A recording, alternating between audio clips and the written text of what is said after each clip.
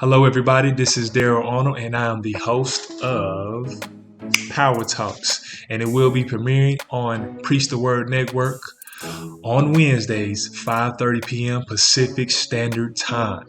So, if you want to be interviewed, or if you have a business idea, or if you even have commercials or something like that, get at me so we can get you on. All right, this show, and make sure that we can give you some power and give the people that's around you the power that you have inside you. Let's get it. Love, peace. Hit me up on all my DMs, and I'm gladly to get back at you. All right, let's get it. Welcome to another episode of Power Talks with DA. I have a lovely special guest for y'all today. I have my sister from another mother, all the way from Chicago to Mississippi, all the way out here to California. Yay. She has been doing a lot of things, and I just wanted y'all to just hear her testimony and how she's being upbeat and everything else. So she is the future, and she can help you out in a lot of different ways. So I hope you pay attention. So want to bring my girl up, Megan. What's going on? Yes, thank you so much. Thank you so much. I'm so honored to be on here. Thank you, Daryl, for thinking of me. Yes, this is a great opportunity, so I'm excited. Oh yeah, I'm glad to see you in great vibes. That's why I love, and I just said, hey, I just wanted to have you on the show because you always have this great energy about you. On this Sunday morning, we shooting this, so yeah. Just tell the people where you from and how did you get all the way to California? Yay! Yes. Okay. So I am originally from Chicago, Illinois, repping for the shy or whatever. I went to college in Jackson, Mississippi. So that's how I'm familiar with Daryl. And basically, I came out here to visit. I was visiting my brother, and he's been in the industry for a while. And we're like super close. So I came out here to visit, and I just never left because I loved it. And I just felt like, I needed to be out here. It was good energy. And I mean, as a lot of people know who are from Chicago, like it's just heavy. The energy back home is really heavy. So it's like you have to get out, you have to get away to try to, reestablish who you are and find what works for you. Because I think, staying in that environment sometimes can just cloud judgment, cloud the people you're around. So it was just really important that I got out of Chicago and kind of like expanded on, who I was as a person and ultimately find out who I was outside of being at home. Wow. So yeah, you touched on something that well, you really didn't touch about it. So from moving from Chicago and you go to Mississippi, what was your first thoughts and like how did you kind of overcome that? And you got to tell people about the Great Tougaloo. So Oh my yeah. God. Tougaloo was amazing. It was a small school, so a lot of people knew each other, and I was not expecting college to be what was that? People went knowing exactly what they want to do. So Tougaloo was known for creating doctors and lawyers, and for me, I was a creative, but at the same time, I did want to go to an HBCU. And also going to a private institution, it was just like a little bit more affordable for me. So, and my dad is from Mississippi, so he was like Tougaloo legacy, and he wanted me to go. He graduated from JSU, but Tougaloo, whatever. So he wanted me to go to Tougaloo. So I went to Tougaloo on a tennis scholarship. I went for nursing originally, but I knew, and I think a lot of people go through this. I mean, transitioning like as a teenager, you're making a life decision to go and spend all this money on a college education. You may not even really know, what you want to do. You're still finding yourself. But a lot of people I realized I went to school with already knew what they wanted to do. Like they wanted to be a doctor or a lawyer or whatever. So for me, it was a bit of an adjustment, but I think, just having that space like away from my parents and getting to know myself a little bit more, I was able to feel out like, okay, this is the beginning, this is like my launching pad. Whereas like, I feel like a lot of people who already came knew what they wanted to do. This is my time where I'm figuring that out because I was sheltered. So for me, it was like going to college. I was like, oh my God, there's freedom, there's this. But I got to know myself in a different way.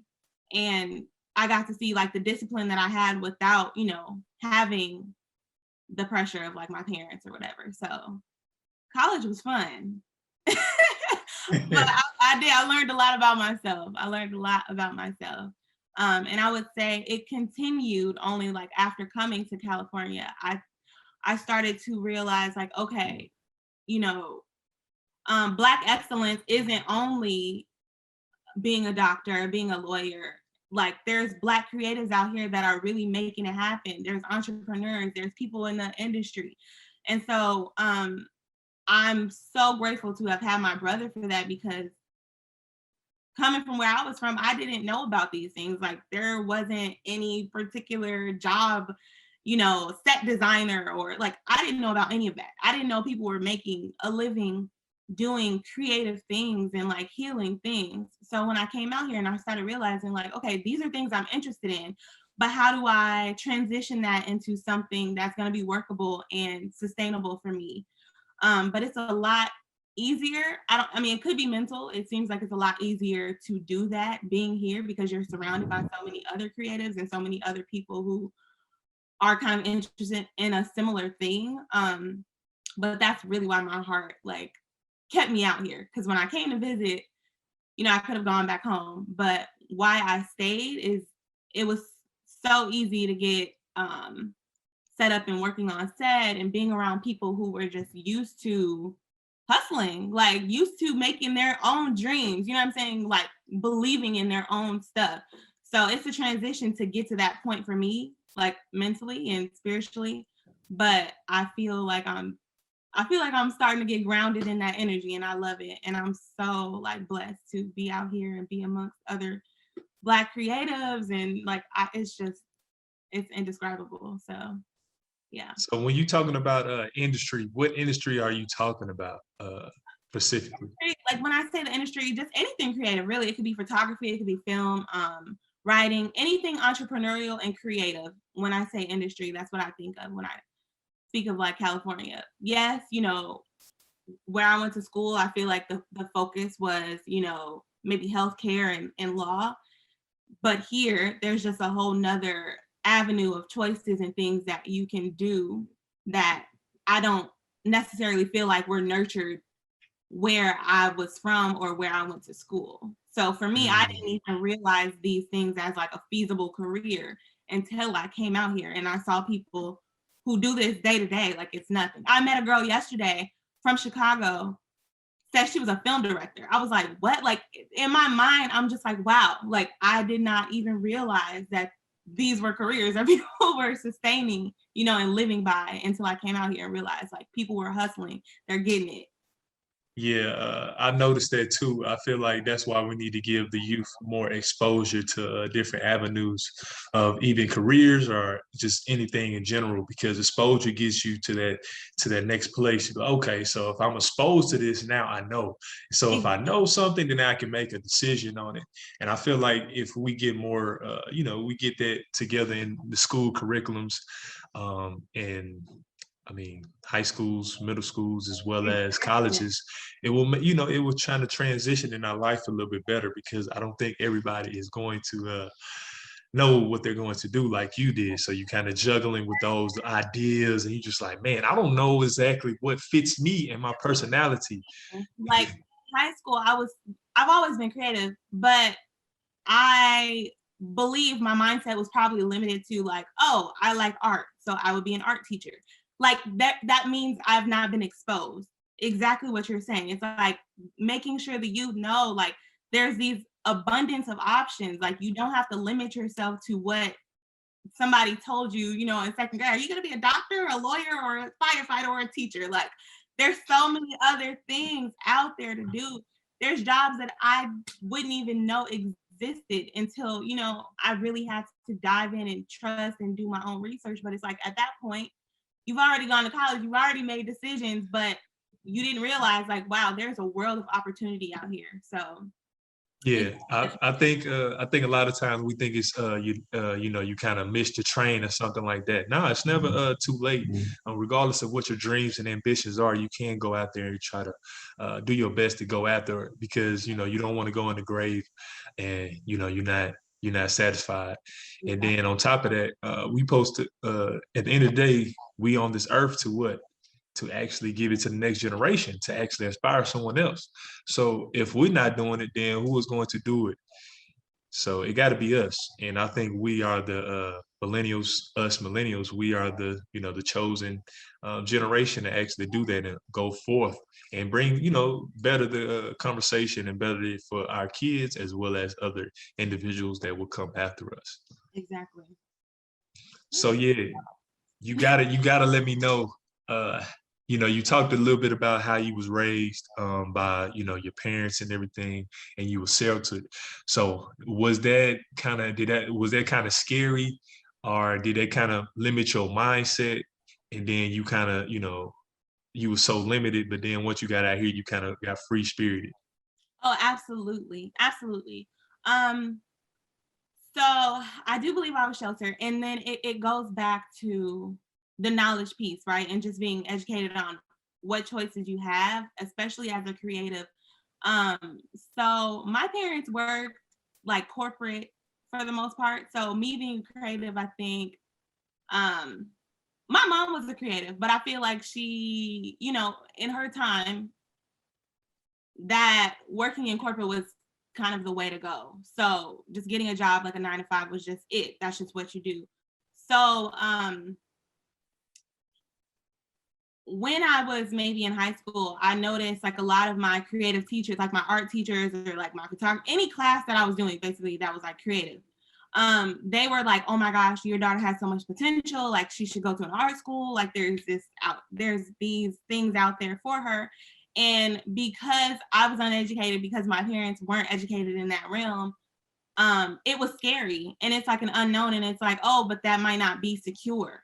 So in order to secure your bag or to secure, like a comfortable type of future, I think I internalized insecurities or things, from other generations. Like our generation is a whole new deal. We have a completely different amount of opportunities than our parents had. And, that's something to be thought of as well. But I think, yeah, it was that limiting mentality there of like, okay, no, I just need to work. So initially when I came out here, I was working a lot. Like I worked at Enterprise and I was working like 6 days a week. It was like 50 hours a week. And it was just that fear inside, like, okay, like if I don't have a job, like what will I do? Like I won't have time, I won't be able to pay for anything. And it's like, it was important for me to go through that, but I also had to learn to reassess like what my own values and ideals were so that I could get clear on what I wanted.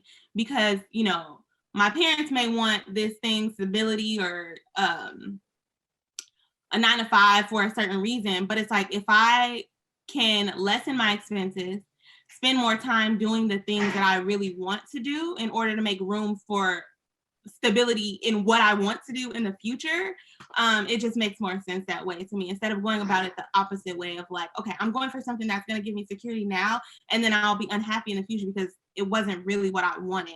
So it's a matter of perspective. It's a shift. And it's like, what are you going to sacrifice? Are you going to sacrifice your happiness later, or are you going to sacrifice, that quote unquote stability now? Because we're blessed, right? And it's like, that's also a mindset. If you're constantly looking at lack, you're going to feel lack. But I feel abundant in the choices that I've made. Yes, I've been working these jobs and things like that, and I had money and I could pay rent and all that. I had it. But at the same time, I had no time. I had no energy. I was not keeping up with my health. Like those are things that are ultimate, like freedom and security for me, because if I'm sick 10, 20 years down the line because I've been working a job that I hate and I'm drinking coffee and eating terribly every day, that's not security, because I'm gonna be out of a job, So it's like now just bringing that back in and getting calibrated in what it is that I really want and trying to assess like, okay, yes, those are values that my parents have, but I can be separate and an individual and determine what it is that I need for myself. Because I think maybe that generation looks at some things that we appreciate and they may see it differently, but that's okay. It's like we're individuals for a reason. Yeah. So I know that you talking about that. So how hard was that shift? And when did you make that shift in your mindset that you had this abundance mindset? and how did you overcome that? Because I feel like viewers gonna need to know that, because all of us, we kind of go through those shifts because of our backgrounds or our past, and we never try to get over it, or we cannot get over it. So how did you overcome Exactly. Oh, wow. For me, well, I had a couple, what do you call them, like wake up moments. Um, but I think it's something that you work at every day. Like there's not a day, some days I wake up and I don't feel that way. I feel lack. And that's where you have to go and retrain your mind and make sure you're listening to a message that's going to uplift you.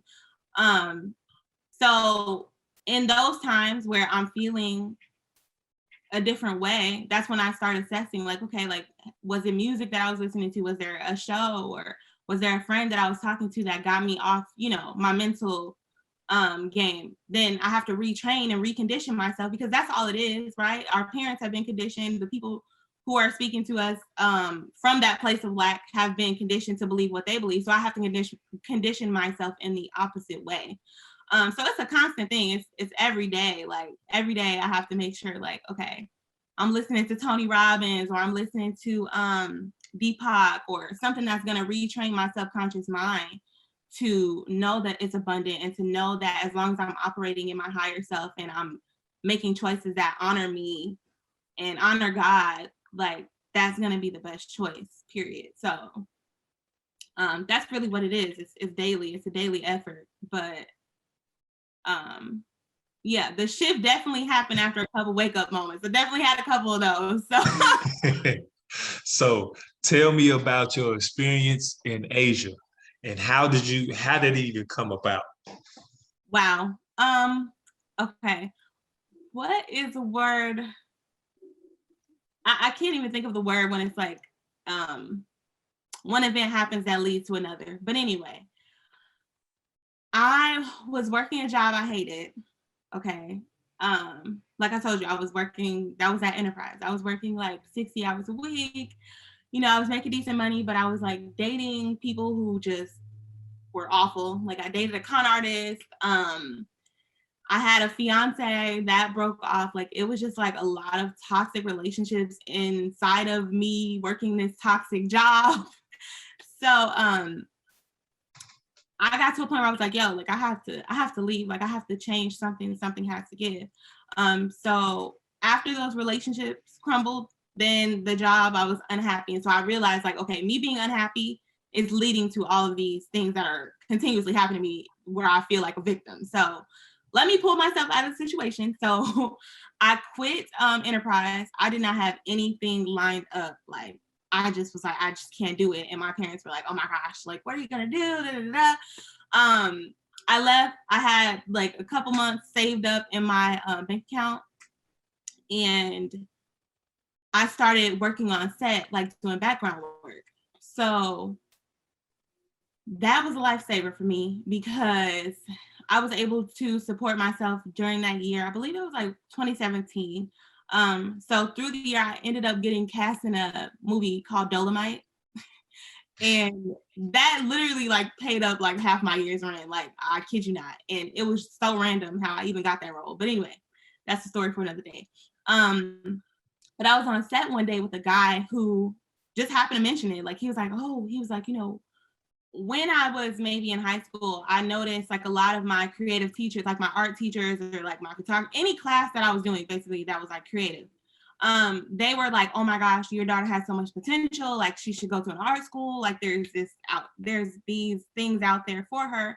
And because I was uneducated, because my parents weren't educated in that realm, it was scary, and it's like an unknown, and it's like, oh, but that might not be secure. So in order to secure your bag, or to secure, like a comfortable type of future, I think I internalized insecurities or things, from other generations. Like our generation is a whole new deal. We have a completely different amount of opportunities than our parents had. You don't have any reason to be here. Like, you should travel, you should get out. And I was like, wow, like I've always wanted to travel. I've always wanted to leave the US. I had never been out of the US. So when he told me like you can make money and teach English, and I already had my college degree, so I said, oh cool, like that's all I need. So I literally applied like that week, and they called me back in a matter of like 3 days. They told me I can come in November, and that was like June. So I had like 6 months to basically prepare to leave the country. And I was like, oh my gosh, it's really happening. So I think that was a great, opportunity for me. I did not stay the entire time because once I got there, I realized like, okay, I'm on this journey to learn more about myself, and that's really my goal. So it's like, I don't care how many different things I have to try to get to know me, but it's like, I don't want to have that regret in the back of my head. Like, that's something I wish I could have done. I wanted to travel abroad in college, but I didn't have the means to. So now I'm getting paid to travel. That's a completely different story. So I'm ready to go. Even if it doesn't work out, I can always come back. So that's kind of how that worked out. Man, so how was that experience though? Because I mean, you've never been out the country, and you're talking to somebody that played basketball professionally. And I remember the first time I went overseas, I was like, whoa, it's a little different. So, the customs, how they eat, uh, maybe how they, dress, or whatever the case may be. So, what was the most culture shock for you? Wow. It was definitely not seeing any Black people, number one, like no Black people, especially in the city where I was. I was like kind of in the country. I mean, it was a city, but it was like in the outskirts. And the second thing was just not being able to walk up to anyone, nobody. Like, it's like naturally, if you're lost or if you like are looking for some landmark or some place that you're trying to go, you just walk up to somebody in America. You're like, hey, excuse me. Oh, do you know how I could get here? Or you pull up a GPS. My GPS was in all Korean. So I couldn't do that. I couldn't talk to anybody. I couldn't ask anybody. And it's like, as much as I wanted to ask, my second language kept kicking in. My second language is Spanish. It's not Korean. I don't know any Korean. So sometimes I would like, my mind would try to speak Spanish for some reason. So that was weird. But I'm like, yo, I'm not in Mexico. Like, so,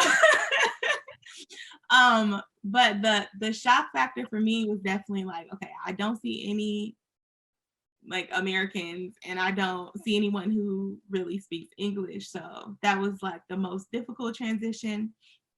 As far as the food, I fell in love with Korean food. Like, I loved the flavor. Okay, like they know how to season. I'm just starting to think it's only here in America we don't know what we're doing.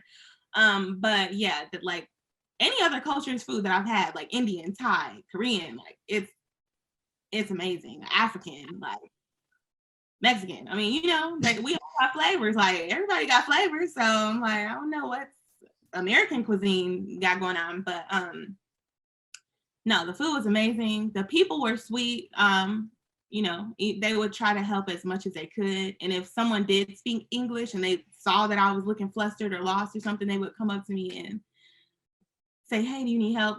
So Korea was a blessing. I would not move back there and work again because of some of those cultural differences that you brought up before.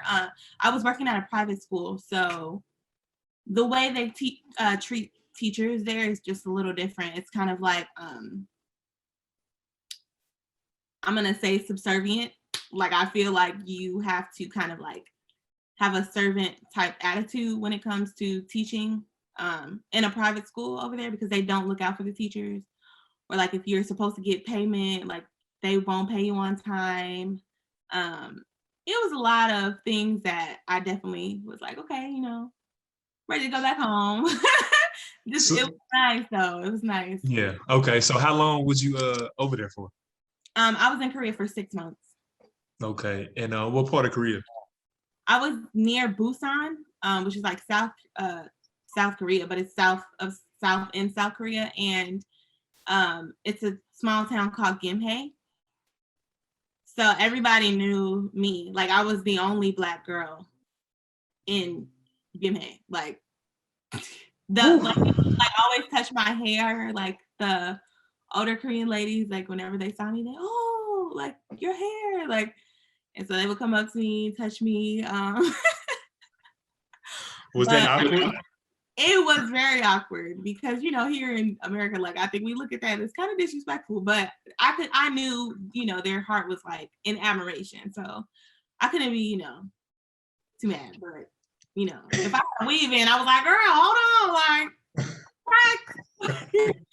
But yeah, so that was So now great. you on this path that you're doing journalism through your YouTube account, and you just kind of going through your obstacles and some of the things that you've been through. So how did that come about? Yes. Okay. So, once I got back, actually, really during the pandemic, like it made a lot of time, I think, for a lot of people to get back in touch with, who they truly are and what matters. And I just started looking at patterns and things that I have been through. And I said, hey, I need to share this. Like, I'm sure other people have been through similar things or have come to an awakening through trauma, basically. I mean, ultimately, I feel like that's what makes you choose another path is experiencing something you didn't want to experience, so you try to choose something different. So that's where I was like, I need to start sharing this, and it's been through writing and through video that I've been able to do that. And it's a great release. Like, it's a great release, and I think it's a reminder to myself and to others that whatever you go through, you can bounce back, and God has a plan for you. So just keep pushing, and ultimately you'll get there. So. Oh yeah, that is beautifully said. So you gotta let us know, how can we follow you? What's the next project from you? What are some things that we can keep in touch with Miss Megan? Yes, of course. Thank you so much, Daryl. So I am in school right now to become an esthetician. So for those of you who don't know, it is skincare, holistic healing. That is my vibe. So I want to just, create a vibrant life for myself and for other people through healing. And I realize a way that I can do that is through skincare, self-care. So I'll be talking about that on my Instagram. So my Instagram is high_vibe_skincare. I believe I just made a page, so I'll have to check on that. But it's high vibe self-care. Or you can follow me on my regular Instagram at vibrant_glow, and that's vibrant with a Y. So yeah, I'll just be continuing to record my journey for those people who can relate or who, have been through similar things, and try to create a brand and a business around holistic health and healing. So that's me. That's where you can find me. So. Oh yeah, man, that's beautiful. Thank you for stopping by. We had a pleasure. You told us a lot. And like always, my good people, it's not about where you're from, it's about where you're going. So always know that positivity can always drain out all the negativity that has hindered you, or whatever the case may be. And that is another episode of Power Talks with DA.